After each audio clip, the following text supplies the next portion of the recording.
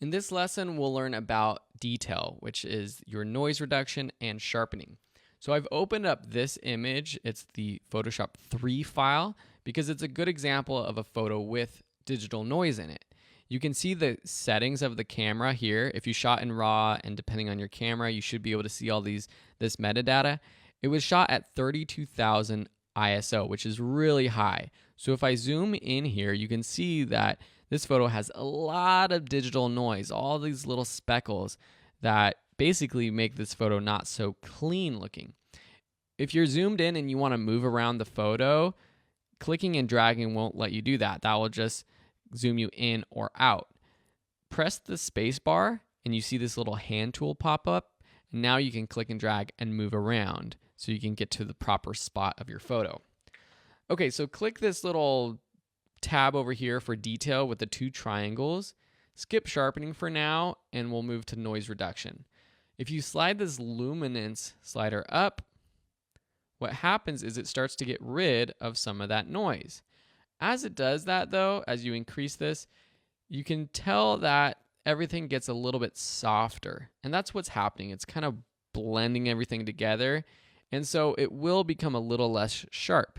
Noise reduction and sharpening kind of combat with each other. So you almost have to pick what you want. Do you want it to be sharp or to remove noise? Because if you actually sharpen, you're going to be increasing the noise, which is the digital way of sharpening.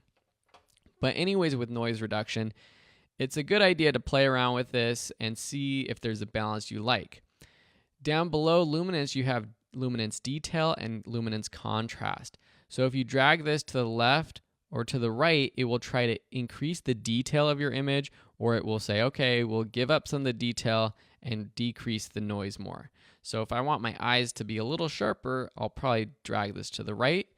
And then luminance contrast, it will look at the edges of things and it will make it more contrasty. So it looks at exposure and colors and it will decipher if there's like an edge. See where there's this edge with my hat and my forehead, and it will add more sort of detail, make it more contrasty, but in essence, it's adding more noise.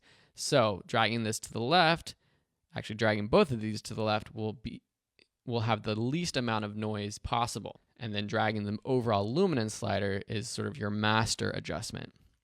You'll see here color. Color is a type of noise. If I drag this all the way to the left, you'll start to see all this color noise.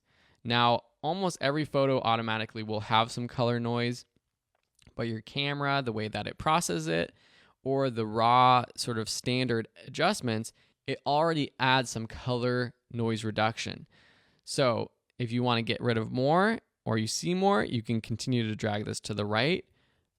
But as you do that, you start to lose some color actually. If I go all the way to the right, you can see some of this becomes like desaturated.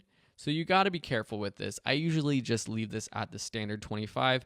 Again, like the luminance detail and contrast, you have color detail and smoothness, which affects sort of the size and the definition of the grain or the digital noise. So typically you leave that at 25.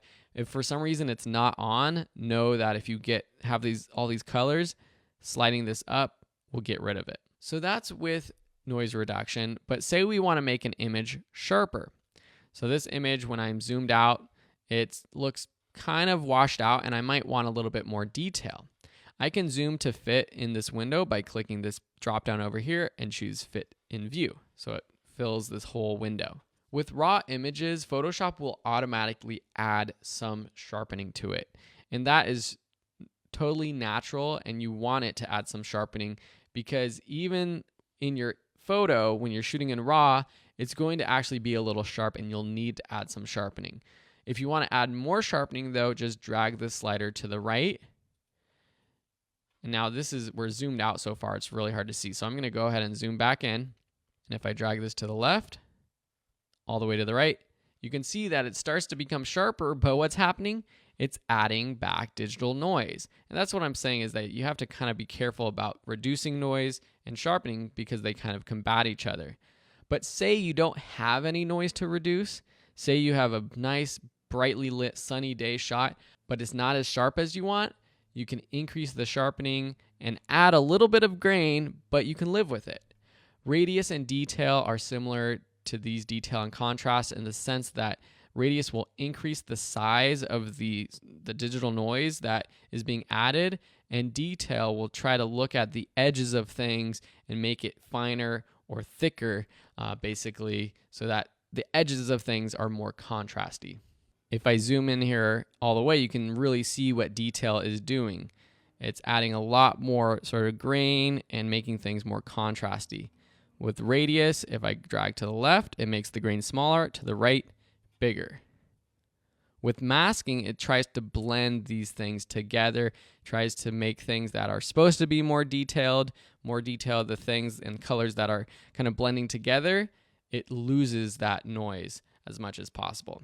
So this is a lot of sharpening that has been added. It's kind of to the extreme, but if you zoom out all the way, I mean, we're really zoomed in, you might be able to live with this. But if I'm doing this, I might want to decrease my noise reduction a little bit, something like that, and we're looking pretty darn good. So that's the detail panel for sharpening and noise reduction. If you have any questions, let me know. Otherwise, we'll see you in the next lesson.